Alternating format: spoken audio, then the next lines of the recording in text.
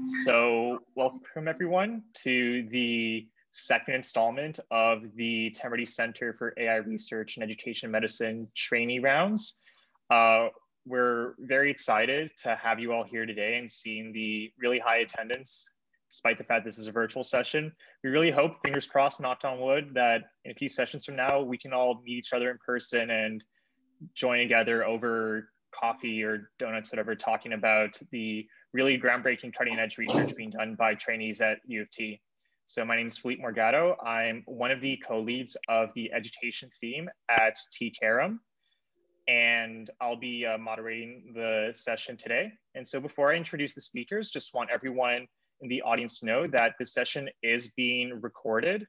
The video will be posted later for those who can't join us, but just letting you all know in case anyone here doesn't want to be part of the recording, just forewarning. Okay, so I guess we can start. So I'll begin by introducing our first speaker today, Anglin Dent. So a bit about Anglin. Anglin Dent is a first-year master's student in laboratory medicine and pathology at U of T. She received her Bachelor's of Science in Biomedical Sciences from the University of Guelph and is now completing her master's research project with the Diamandis Lab, where she is studying how AI tools may be integrated and applied in the pathology workflow to solve diagnostic challenges. So without further ado, present to you Anglin Dent. Take it away. Thank you. I'm just going to share my screen.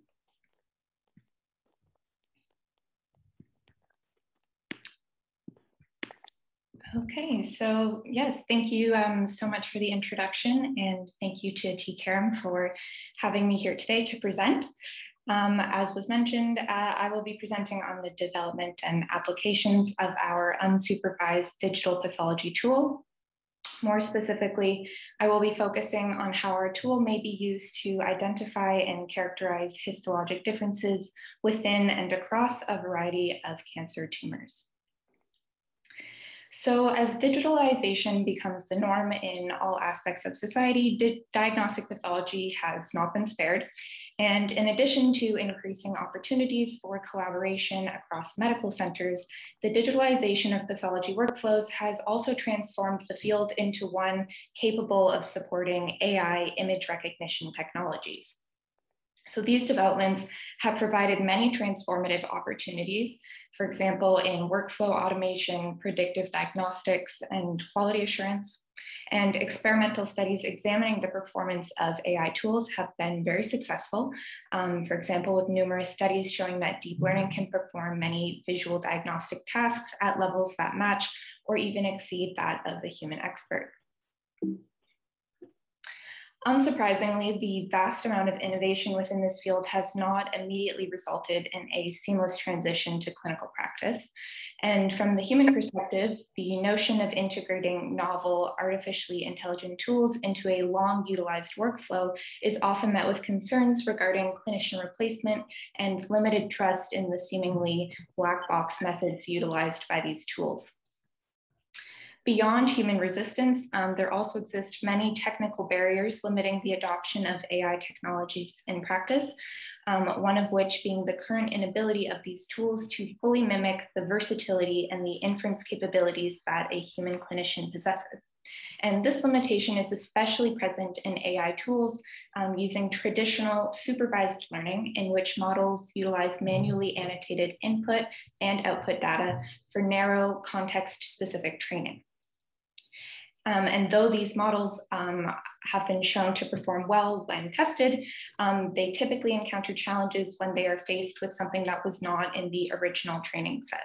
So when we consider the clinical implementation of AI tools, this is a major limitation, as narrow parameters prevent the classification of an underrepresented case or a rare case, and it also prevents their generalization to additional cancer subclassifications. So as a multidisciplinary team composed of computer scientists, pathology experts, and biology research trainees, the Diamandis AI team has focused our efforts on studying the translational potential of AI and the development of tools that might be feasibly integrated and welcomed into the pathology workflow. So to address some of the technical challenges limiting clinical implementation, we've focused our work on the development of interpretable, transparent, and generalizable workflows that are capable of performing image analysis tasks across various tumor types and patient populations. So the key to these efforts has been the application of unsupervised learning. So this type of machine learning approach avoids many of the limitations that supervised learning possesses by not being reliant on specific classification instructions. Rather, unsupervised learning allows the model to autonomously group objects such as here through exploration and discovery of the underlying pattern and structures within the data. And this is actually a lot more similar to how humans themselves collect information and build knowledge from the world around us. By nature, unsupervised learning does not produce the same degree of detailed labeled outputs as supervised learning tasks. However, it still provides a highly flexible opportunity for the discovery of patterns and spatial separations within the data using techniques like clustering and dimensionality reduction. And this provides us with a starting point to find clinical or biological correlates that might explain why these associations arose. So the capacity of unsupervised learning approaches to define data patterns that may not have been originally predicted or anticipated in the original training parameters is especially relevant for the clinical integration of AI. So our team explored and validated the utility of unsupervised learning in digital pathology in a relatively recent project.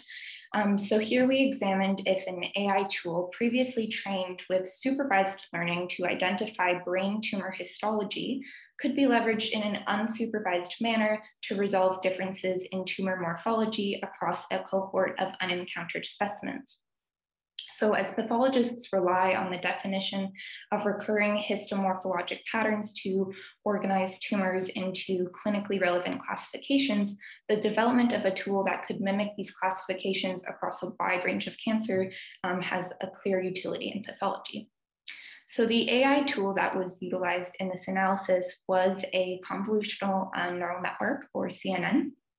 So CNNs are a type of deep learning algorithm that are designed to mimic how the human brain processes visual information by first detecting elementary features within an image and then aggregating these features into increasingly complex elements that are utilized to produce a classification in the final fully connected layer.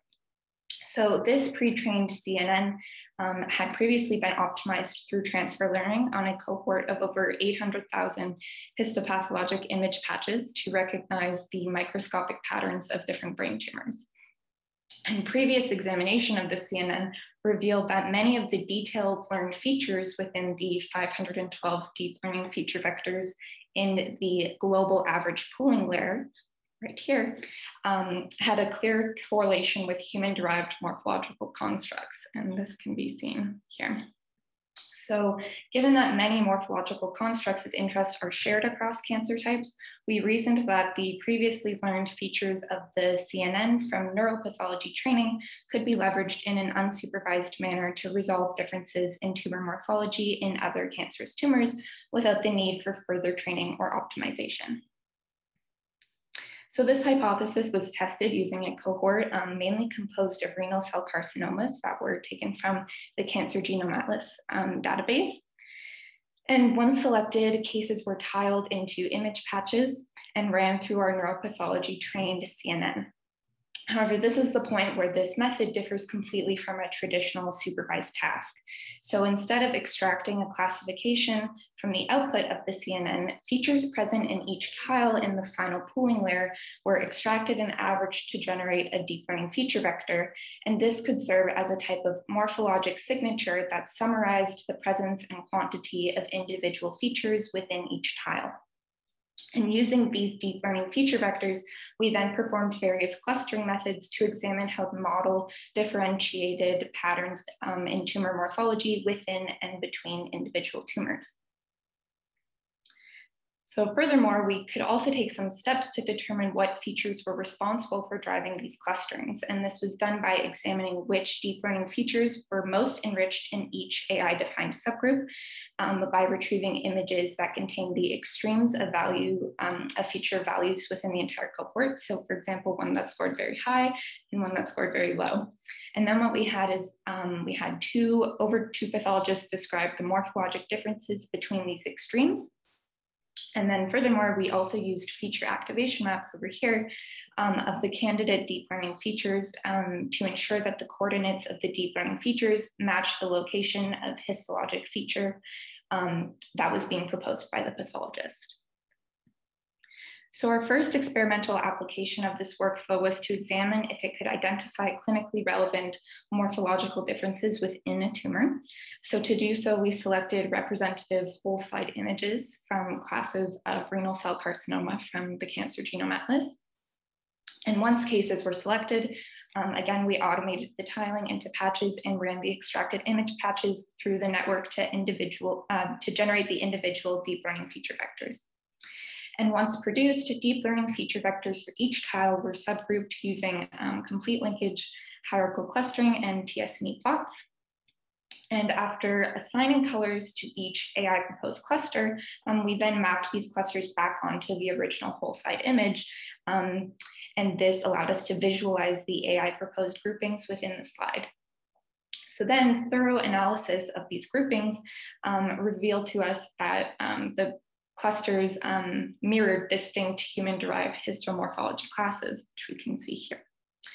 And this was further validated by comparing these clusterings to the annotations of expert pathologists, which produced an NMI score of 1, indicating perfect agreement between the data groupings proposed by the pathologists and the data groupings proposed by the clusters. And this workflow was further replicated across other cancer subclassifications from the Cancer Genome Atlas, including uterine and pancreatic carcinomas to demonstrate generalizability.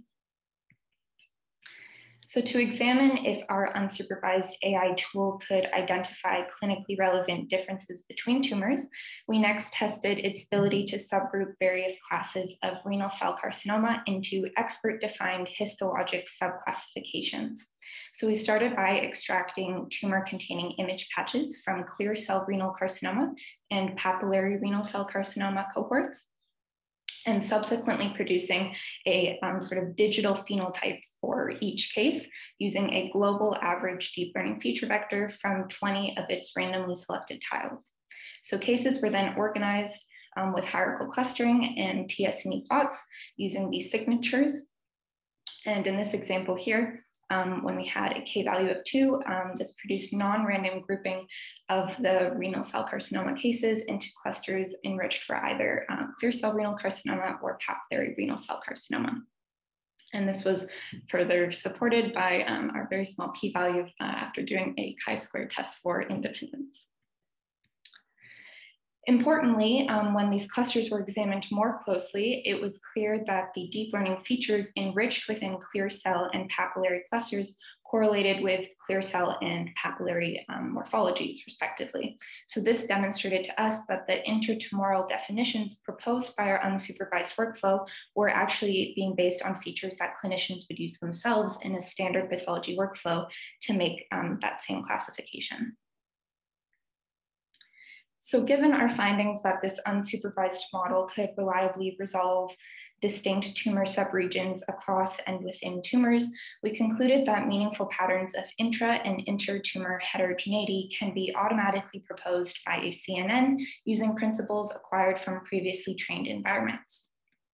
Furthermore, the CNN decisions driving such pattern identification can be easily interpreted by human clinicians and appear to be driven by pathologist-utilized histologic constructs. So therefore, the development of this tool allows for the resolution of morphological heterogeneity while addressing many of the typical barriers that have limited clinical integration in the past. Now developed, the applications of a generalizable workflow for morphology pattern resolution are vast within the field of digital pathology and image analysis. And one current direction that we are now exploring is how this workflow might be leveraged to objectively define and quantify intra-tumoral heterogeneity for molecular characterization and therapeutic targeting. So tumor heterogeneity is a major challenge in cancer management, with emerging evidence implicating this biological variation within individual tumors in therapy resistance and disease progression. So there's therefore a need for workflows capable of systematically resolving and targeting distinct tumor subpopulations.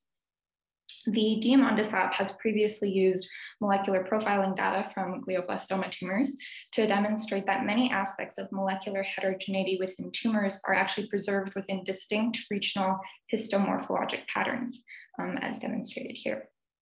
So given the capability of our unsupervised workflow to define morphological distinctions across various tumor types, we are now examining if this workflow may provide an automated and scalable way of defining these biologically distinct regions for targeted therapies. So I've completed a small proof of concept experiment testing this hypothesis among a cohort of 5 glioblastoma specimens. And similarly to how I previously described, whole slide images from this cohort were tiled into smaller image patches and ran through our unsupervised framework to produce clusterings within each tumor based on the differences and similarities across the deep learning feature vector signatures. So we then mapped these AI-defined clusters back onto the original whole slide image here. And this allowed us to see which tiles of the slides were clustered together based on their AI-defined similarities. Once these regions were produced, I used them as a guide to complete laser capture microdissection of the AI-defined regions in triplicate. And this is actually what that looked like when dissected. And once dissected, these regions were assessed at the molecular level through global mass spectrometry-based proteomics to address if the AI-defined regions do indeed predict distinct molecular profiles. So this is one of the cases from my cohort that I'm just going to use as an example to highlight some of the results from the AI laser capture and proteomic analysis. So as we can see, the original whole slide image is a relatively heterogeneous tumor with some areas of necrosis and other areas of cellular tumor that sort of vary in density. We have some more dense cellular areas and some areas that are a bit more patchy and fibrous. So after being run through our workflow, these were the AI-defined regions. We had a k-value of 4. With the red region clearly representing the more dense tumor region and the yellow region clearly representing the more cytoplasmic, less dense region, as well as green representing necrosis. So after performing laser capture microdissection and subsequent proteomic analysis, various clustering methods were used to determine if or how these these AI-defined regions differed at the molecular level. So we can see here using principal component analysis and hierarchical clustering that there's a clear and significant definition between the molecular profiles of the AI-defined regions with our red region over here and the yellow region separating here, and this clear distinction between the red and the yellow molecular profiles. Looking a little closer, volcano plots also provided visualization of the individual differences in gene expression across the AI-defined regions, clearly with many significant differences. And upon even closer examination, I found that many of the genes that were differentially expressed in these regions are ones of clinical interest. So for example, genes that have been found to modulate tumor behavior, genes that are known drug targets, genes that serve as predictive biomarkers for tumor progression, proliferation, etc. So this is important as it suggests that there may be areas of this tumor that behave differently than others. And when considering therapy response and tumor prognosis, the identification of these biological differences within a tumor could be highly important. So it's possible that by appreciating and acknowledging the heterogeneous nature of this tumor through AI-guided multi-region sampling, we might be able to identify individual tumor regions that need to be specifically monitored or therapeutically targeted. So in that nature, the next step of this project will be to examine if AI-defined regions do indeed predict distinct therapeutic targets given their differences in biology. So this process is currently in the early stages and involves a pharmacoproteomic approach that is computational and has been developed in the Diamandis lab, where cell lines enriched for region-specific hallmark pathway processes are tested for their relative drug sensitivities. So in the selected sample from my cohort, we first examined if the AI-defined regions do demonstrate region-specific pathway enrichment. And indeed, we can see here that 2 pathways that were differentially enriched across the AI-defined regions were the KRAS and MYC pathways. And as we can see in this figure here, performing drug screening of glioblastoma cell lines enriched for these pathways highlighted distinct drug sensitivities in each AI-defined region. So therefore, from this initial analysis, we can see how this AI-based multi-region sampling approach could be utilized to predict distinct therapeutic sensitivities within individual tumors. And ultimately, I hope that this workflow could potentially be used to design more precise combination therapies for cancer patients to target a larger fraction of the tumor's true biology. So to conclude, the development and validation of our unsupervised workflow in the resolution of heterogeneous tumor morphology has highlighted the capacity of these tools to solve clinically relevant challenges in cancer diagnosis and prognosis. More generally, our success in deploying this workflow to resolve clinically relevant tasks across multiple cancer subclassifications demonstrates how generalizable unsupervised digital pathology tools may be essential in removing some of the barriers that are limiting the transition of AI from experimental to clinical application. And furthermore, these developments highlight how AI tools may serve as complementary and supportive to the pathology workflow when transparency and interpretability are prioritized. So as innovation continues, I would predict that utilizing the benefits provided by the unsupervised learning approaches may allow for improved and accelerated integration of AI into clinical practice. And with that, I would just like to acknowledge everybody in the Diamandis lab and our external collaborators for this work on these projects, as well as all my funding support. Thank you. Great. Thanks so much. Really fascinating presentation. Really loved seeing how well laid out the workflow was, especially. So now we'll open it up to questions. For those in the audience who would like to ask a question, I suggest you type your question on the chat and I will call on you. And if you can't ask it out loud, then I can read your question. But prior to that, first I'll pass it on to our adjudicators. If anyone on the T-CAIREM team adjudicating this session has a question for Anglin, please feel free to ask.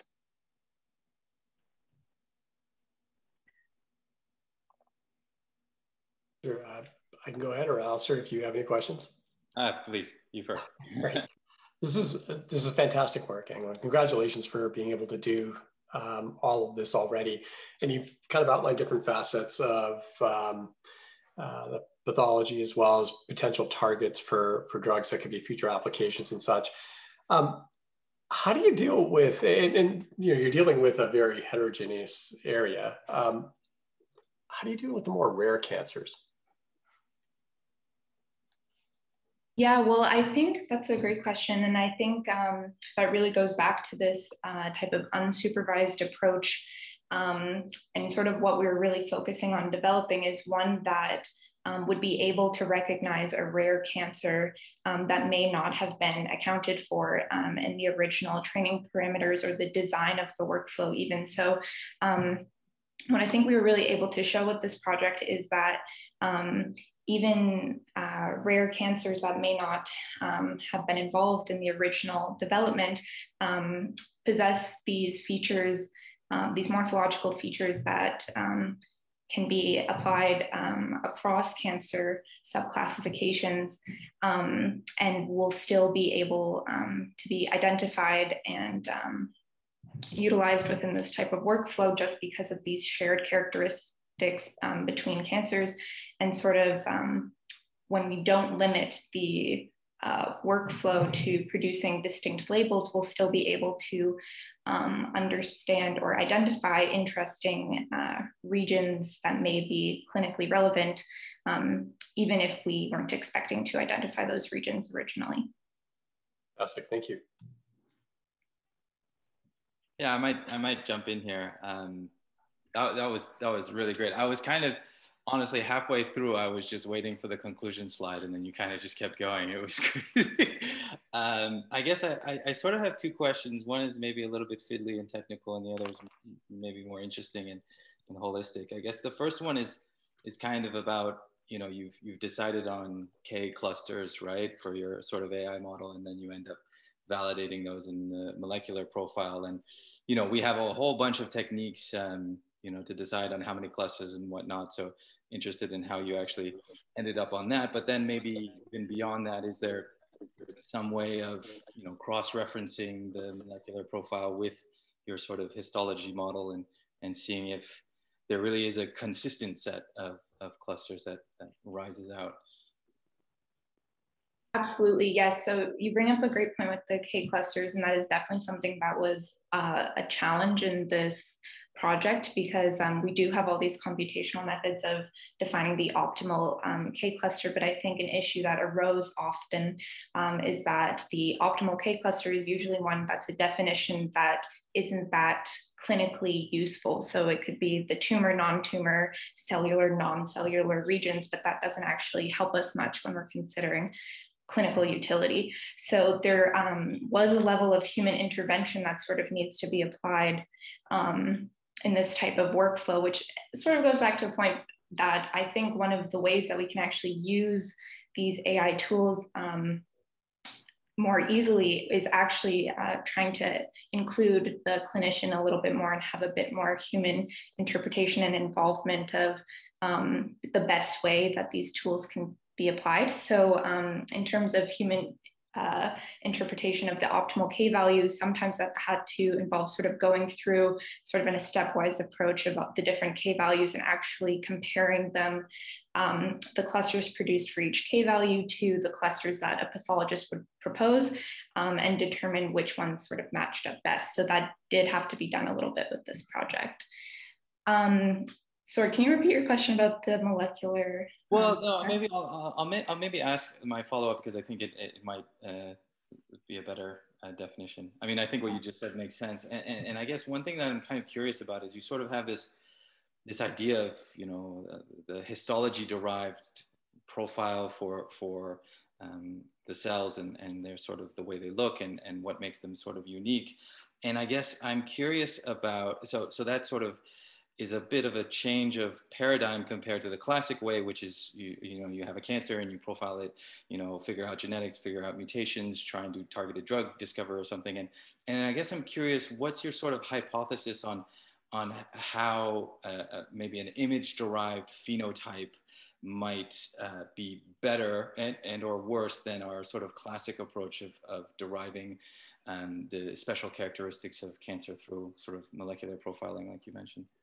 Yeah, so I guess our approach sort of stems from the fact that we do have previous research findings when looking at, specifically in glioblastoma, since we're a glioblastoma lab, that there are all these different components of morphological heterogeneity within glioblastoma, and we've previously validated that morphological heterogeneity is associated with molecular heterogeneity. So that's sort of why we're going that aim. But in terms of sort of opposed to the classical one of just molecular characterizing, I think an interesting application of using histology to identify these areas of interest and then performing distinct targeting allows us to sort of recognize areas of a tumor that might benefit from specific molecular targeting that may not actually show up when we're doing bulk targeting or bulk molecular characterization and then picking drug targets based off of that bulk characterization.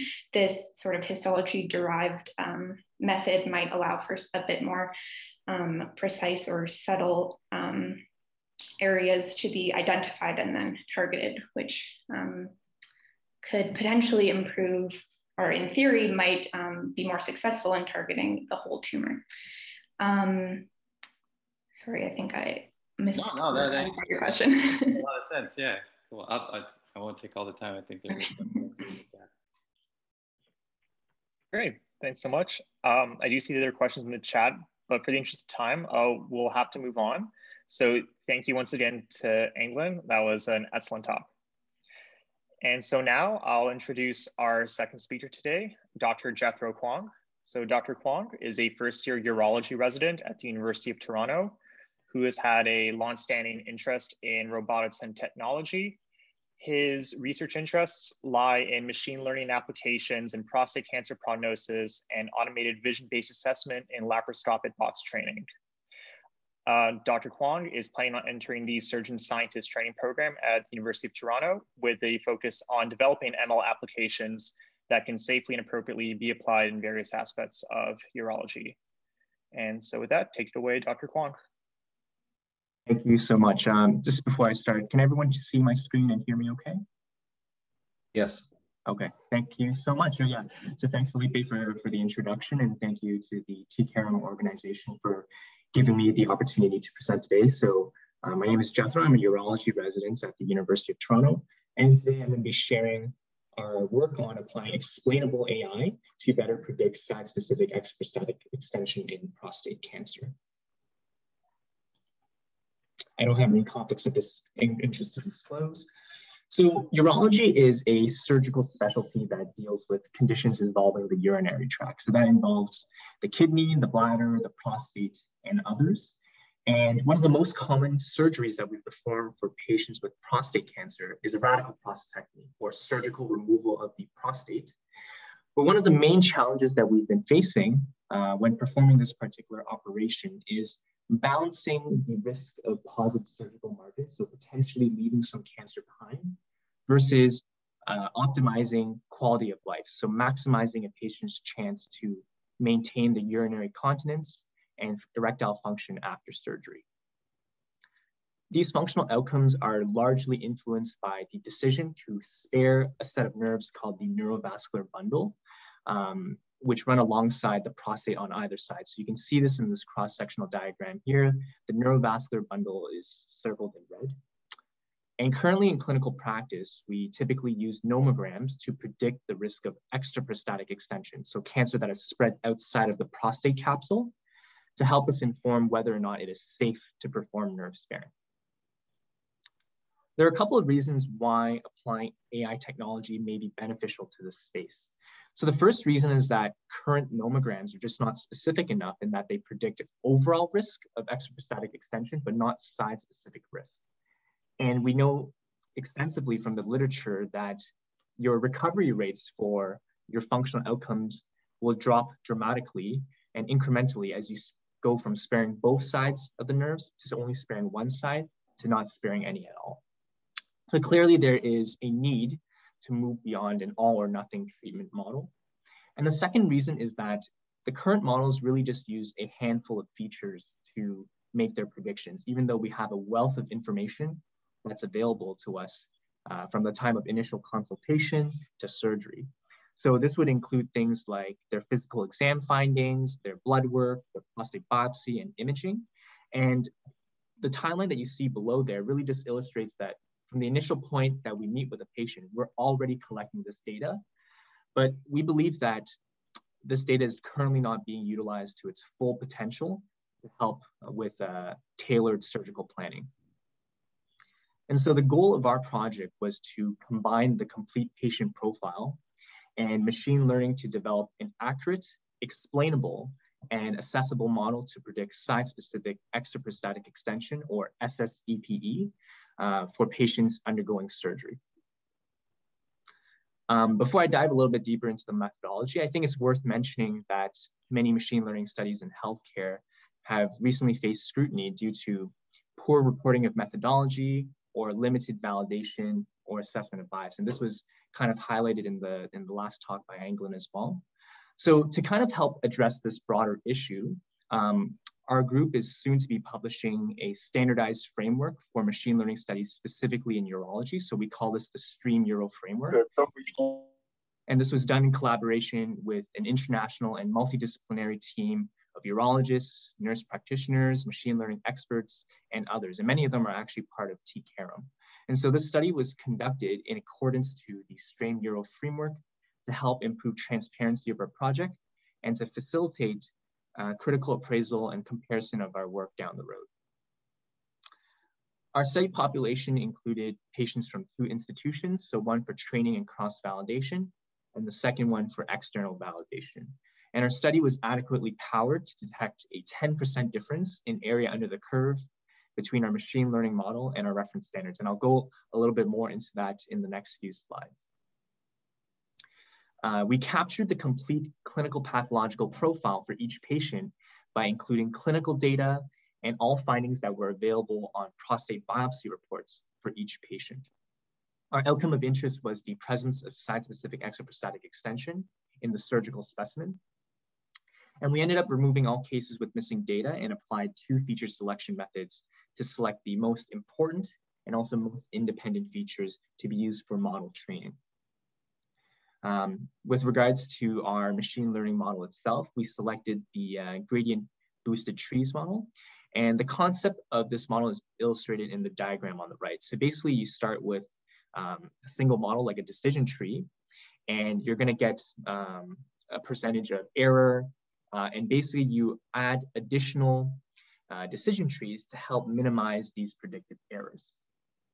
And to make sure that, or to assess how our machine learning model really actually performs better than what is currently available, we compared our model against 2 reference standards. So the first one is a nomogram that has the highest performance of current biopsy-derived predictive models, which we call the baseline model. And the second one is a separate logistic regression model that used the exact same features included in our machine learning model. We used a number of metrics to evaluate the classification performance as well as clinical utility of our models. And finally, we used SHAP to help us better understand our model predictions. So our final study population included about 900 cases in the training cohort and 122 cases in the testing cohort. The incidence of site-specific extraprostatic extension was about 30% in the training cohort and 42% in the testing cohort. And as you can see in the table here, there were some differences, which is to be expected between these 2 cohorts. You know, with real-world clinical data, you'll often see differences between different institutions, but this really allowed us to evaluate whether our machine learning model would perform well on 2 different patient cohorts. And our final machine learning model included 11 out of 27 candidate features. So starting with area under the curve, our machine learning model achieved the highest performance for both the training and testing cohorts with an area under the curve of 0.81. I think what's important to really highlight here is not only did it perform better than our reference standards, but if you look at the table below, you can see that it's also comparable to newer validated models that incorporate MRI-specific findings. And this is especially relevant in resource-limited environments like Canada, where MRI is actually not routinely used in preoperative staging for prostate cancer. So this could represent a potential cost savings measure in that we're able to get similar performance without any additional investigations. We also looked at area under the precision recall curve. So this compares sensitivity and positive predictive value across various decision thresholds. And in some cases, it's actually more informative than area under the curve, especially for imbalanced data sets. So kind of in our case where we have more negative than positive site-specific extraprostatic extension cases. And again, you can see here that our machine learning model achieved the highest performance for this particular metric. Now, in the interest of time, I'll just mention that we also looked at calibration, and our machine learning model was well calibrated for both the training and the testing cohorts. What I really wanted to highlight is how we sort of contextualized how our machine learning model would benefit patients. And we did this by measuring clinical utility using decision curve analysis. And so this metric kind of differs from the previous ones that I've shown in that the net benefit, which is illustrated by the y-axis on the chart there, allows you to understand the trade-offs between the benefits and harms of an intervention. So Our machine learning model is represented by the blue line there, and you can see that, once again, our machine learning model had the highest net benefit for clinically relevant thresholds between 10 to 30%. So on the table on the right-hand side, if we were to use a cutoff of 15% for a machine learning model, meaning that if the machine learning model predicted that you had more than a 15% probability of site-specific extrastatic extension, then you would undergo the intervention, which is nerve resection, then this strategy would result in 14 more patients who can safely undergo nerve sparing, so not undergo nerve resection per 100 cases without missing any site-specific extrastatic extension compared to a treat-all strategy. And interestingly, this is actually an order of magnitude higher than our baseline model. As mentioned earlier, one of the aspects that's often not reported is an assessment of bias to make sure that there aren't any subgroups of patients that either don't benefit or may even be harmed by the machine learning model. And so we stratified our performance based on age and institution. And you can see that our machine learning model performed well for each of these subgroups.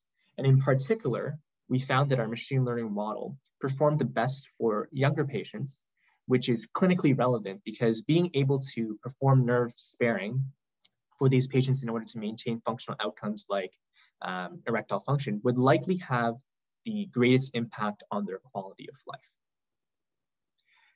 We also looked at stratification by disease characteristics. So the D'Amico risk classification is one of the traditional ways that we use to risk stratify patients. And again, you can see that our model performed well for both intermediate and high-risk patients. We use SHAP to help us better understand our model predictions.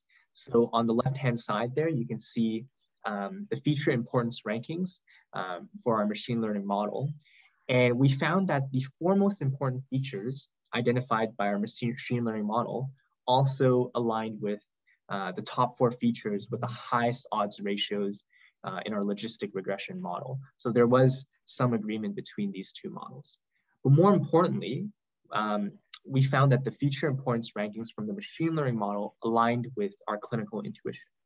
So for example, our model correctly identified PSA as the most important feature in our model. And we know from extensive literature in the past that PSA is one of the classic predictors that we use for extraprostatic extension, as well as other adverse pathological outcomes. So it made clinical sense to us. We can also dive a little bit deeper and explore how individual feature values would impact the probability of site-specific extraprostatic extension. So for example, if you look at the graph on the right, which is percent Gleason pattern 4 or 5, these graphs basically allow you to examine one specific feature and see how altering the value itself would impact your risk of site-specific extraprostatic extension. So using the example on the right, you can see that the risk of site-specific extraprostatic extension increases as the percentage of Gleason pattern 4 or 5 increases. And this makes sense to us because Gleason pattern 4 or 5 basically quantifies how much of the more aggressive types of prostate cancer you have in your biopsy. And so it makes sense that the more that you have, the higher the risk that you would have of extraprostatic extension. Ultimately, we wanted to package this into an usable online application. And so this is something that we've developed and it's available online now. And basically on the left-hand side here, you can input your individual clinical pathological profile. And this would generate a personalized annotated prostate map showing location and severity of disease. You would also get a personalized prediction for site-specific extraprostatic extension for the left side, as well as the right side of the prostate, and also get accompanying explanations using explainable AI to highlight the features that either increase or decrease your risk of site-specific extraprostatic extension. Down below here, you can see how the individual patient can compare with your study population. So each of the individual values that you enter are represented by the red dot, and each of the blue dots represents a patient that was included in our study population. So this is helpful to identify potential outliers. So there are several limitations that I've listed here. So the first point is that we don't have a central histopathological review, but because we're aiming to develop this application to be broadly used for any patient with prostate cancer, I think this is actually a particular strength in that it increases the generalizability of our model. We also have to acknowledge the patients that are left out of our study. So this includes those that had their biopsies done outside of our institutions, and also those that have received neoadjuvant treatment, so any sort of treatment before they had their prostate cancer surgery. And so this kind of is related to the next point in that additional work needs to be done to further validate our model. And the last point is that even though explainable AI is useful in helping us better understand our machine learning model, it's still an area of active research. And so at this time, it can't be regarded as the absolute or ground truth. Right now, we are already working on phase 2 of this project. So the first part is we're going to be combining the model that we've developed at Trillium Health Partners. We're going to be combining it with a large cohort of prostate cancer patients treated at the University Health Network here in Toronto. We're also going to be working on running a silent trial at Credit Valley Hospital and Mississauga Hospital, so where our model was initially developed. And so the idea behind this is basically you would test the machine learning model prospectively on patients, but the end users or the urologists would be blinded to the predictions so that they don't influence or impact clinical practice. And so this is actually based off of a machine learning clinical implementation pathway that was developed and is currently being used at SICKS. And lastly, we're working on externally validating our model at 3 other institutions in Europe. So ultimately, this is going to be a well-validated model on a diverse patient cohort, both locally here in Canada, but also abroad. So in conclusion, we've applied a standardized framework to develop a targeted AI intervention for a critical decision point in prostate cancer management. We've demonstrated that it's accurate, it's clinically beneficial, and it also outperforms existing models. The explanations that we generated also make sense in that it's aligned with our clinical intuition. And so this tool would provide urologists with tangible numbers that we can use for patient counseling, but also for decision-making when discussing surgery as well as the risks and benefits of nerve sparing. But the most important point that I want to highlight for this project is that this was ultimately designed with the patient and the clinician as the central focus. So meaning that it must be accessible and practical, regardless if you're working at an academic institution or out in the community. So our model does not require any specialized investigations that are often limited to academic centers. And instead, we leverage all of the information that's already available to us as part of the standard diagnostic workup for prostate cancer. So it would basically be the same here in Toronto, in Mississauga, up north, or pretty much anywhere in Canada. And what distinguishes our model from what's currently available is that we're able to better integrate all of these pieces of information to form the complete patient profile to help us better predict site-specific extrastatic extension. And lastly, our model is also very user-friendly in that anyone can easily use our application, even if they don't have any machine learning experience. And so this fits right into our existing clinical workflow. So there's definitely lots of potential here to provide more personalized and tailored surgical planning for prostate cancer patients. So with that, thank you for listening to my presentation, and I'm happy to take any questions. Great, thanks so much. Really fascinating work. Really happy to see the layer of external validation that is going to be followed through with at centers outside of North America. Really interested in seeing how that goes. So I'll first throw to the audience. I see here in the chat a question from Shubham. So Shubham, would you like to unmute yourself and ask your question?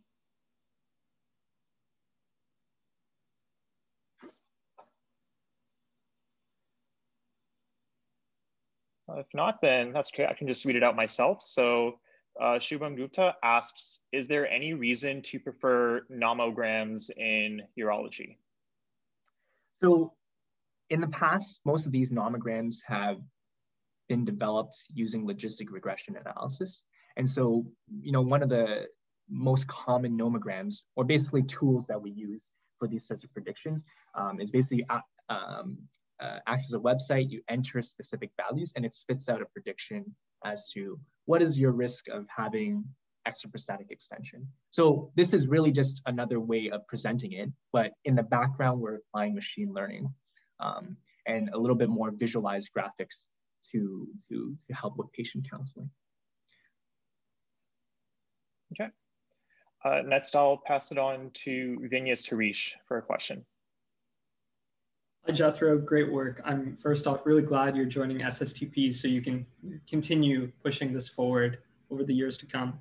So I have two questions, and feel free to say that you shouldn't be answering the first one if you weren't involved. But the first question was actually with Stream Euro. Given that tripod AI is coming out soon, what makes urology special to warrant having its own specific set of guidelines for the conduct of such studies? Yeah, so thank you for the question. So I'm part of one of the members, or part of the working group of Stream Euro. And so this was a question that came up. We know that tripod, ML, starred AI, there's a whole bunch of different things that are coming down the pipeline. And one of the things that really distinguishes ours at the moment, before the other ones are published, is this concept of bias, right? Previously, I showed in one of my slides by Dr. Gazemi, Liam, Dr. Selly, they've all mentioned that there's a need for kind of quantifying or clearly stating bias in your machine learning models. And they've looked into all the guidelines that are available and whether or not they are reported, if it's included, or information is not available yet. So as far as right now, Stream Euro does go through specifically that bias needs to be reported. It's one of the sections that needs to be included. But more importantly, as to why urology may need a separate one, is that we have to acknowledge that medicine is a very diverse field. There's going to be different types of data, ways that we do analysis.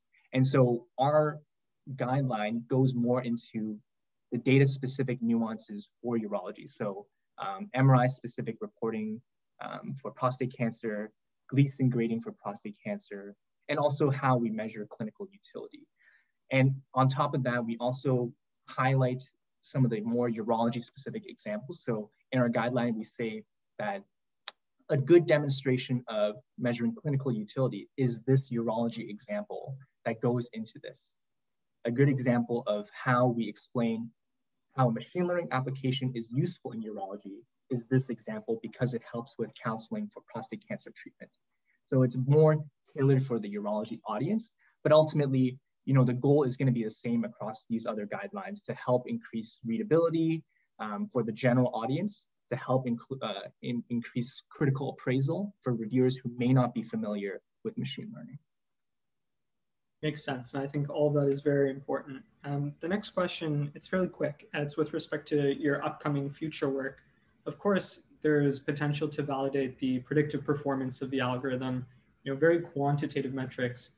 Is your team thinking about also maybe following it up with more qualitative work as well? Maybe speaking to providers or patients about their experience having gone through using an AI algorithm, or even doing surveys to maybe capture some information like race, and the other social determinants, so that you can, look for. Yeah, so I think that's a very valid point, well taken. I think, that may be maybe part of phase 3 or a little bit further down the line, because I think we first want to make sure that it's safe for use in the background first. So that's kind of what I mentioned, the silent trial phase and the external validation. Once we kind of get some evidence that it does maintain good performance, the next step would be considering implementing this into a clinical trial, of having some patients or some centers that do incorporate the machine learning model, others that don't. And then that would be an excellent way not only to track clinical outcomes, but also kind of patient-reported outcomes, like ease of use, understanding, seeing if they understand their biology or their pathology a little bit better, and what was that overall experience of interacting with the clinician with the help of this tool. So definitely that's something that we will be considering further down the pipeline. With regards to the question about including like race, those sorts of things, at the moment, that wasn't one of the variables that we were able to capture in this data set. Now, I will say that the work that we're doing right now, where we are combining our data set with the UHN cohort, one of the big issues that we're trying to address is that a lot of times, these models may be developed because all the variables are available in-house, meaning that you had your biopsy done at UHN, you saw the clinician at UHN, you had your surgery done at UHN. But that's not necessarily going to be the case for most patients. They may get their biopsy at other centers and their clinician may refer them to other centers because of sort of unique treatments that are available, for example, robotic assisted surgery. And so how can we address the case of patients who had their biopsies done outside, but then go to another place for their center? So really addressing this generalizability aspect. And so the reason why UHN will be an excellent addition to our model is because, at least from the data that we've captured, over 50% of the patients that we have included actually have their biopsies done outside of UHN. So this will really increase the generalizability of our model. We have patients coming from Mississauga, Markham, Winnipeg, Sudbury, you name it. So it's really going to be something that really collects a wide range of patients who had their biopsies done externally. Great work, once again. Thanks. Okay, and to wrap the session, I'll throw to one last question from the audience from Ants Toy. So Ants, if you're able to, would you like to unmute yourself and ask your question? Hi, wonderful presentation. Thank you so much. The whole issue of extracapsular extension is a bit of a surrogate endpoint. What really matters is morbidity and mortality after treatments. How are you evaluating morbidity and mortality after the various treatments that are done? Thank you. Yeah, so thank you for the question. I'll answer it in two parts. So the reason why we wanted to look at extracapsular extension or extraprostatic extension is because understanding the risk of that will impact a decision that has to be made intraoperatively. So whether or not you're going to spare the nerves. So this particular application addresses that question. So using all the information that we have available before their surgery, can we make a better prediction as to whether or not cancer has spread outside the prostate? Because clearly that will make a difference in terms of cancer control, but also their functional outcomes that I've listed earlier. Now, with regards to the second part as to long-term outcomes as to like biochemical recurrence, long-term morbidity, mortality, developing possible recurrence in metastatic disease. These are, the way that we're collecting our data is we're actually future-proofing ourselves because we have captured these variables. It's just down the pipeline, we're going to be working on doing these investigations, but we want to start kind of piece by piece addressing one clinical question after another. Great, thank you. Jethro, in the Prostate Center, we have data going back to 1990 as far as biopsies and things. Don't hesitate to stop by and talk to Dr. Sangeet Ghai or myself, and we can see if we can provide you with some useful biopsy data from many years gone by if you want to address the mortality morbidity aspects of this. Okay, absolutely. Thanks so much. Okay, thank you. Wonderful. And on that collaborative note, I'd like to conclude the session. So once again, I'd like to thank Jethro and Anglin for their excellent work. Really impressed by what we've seen today. And thank you so much for sharing it with the T-CAIREM community. And be sure to look out in your email inboxes as well as Twitter for news about our next trainee round session that will happen in early August. And I hope to see you all there. Okay, thank you so much. Take care.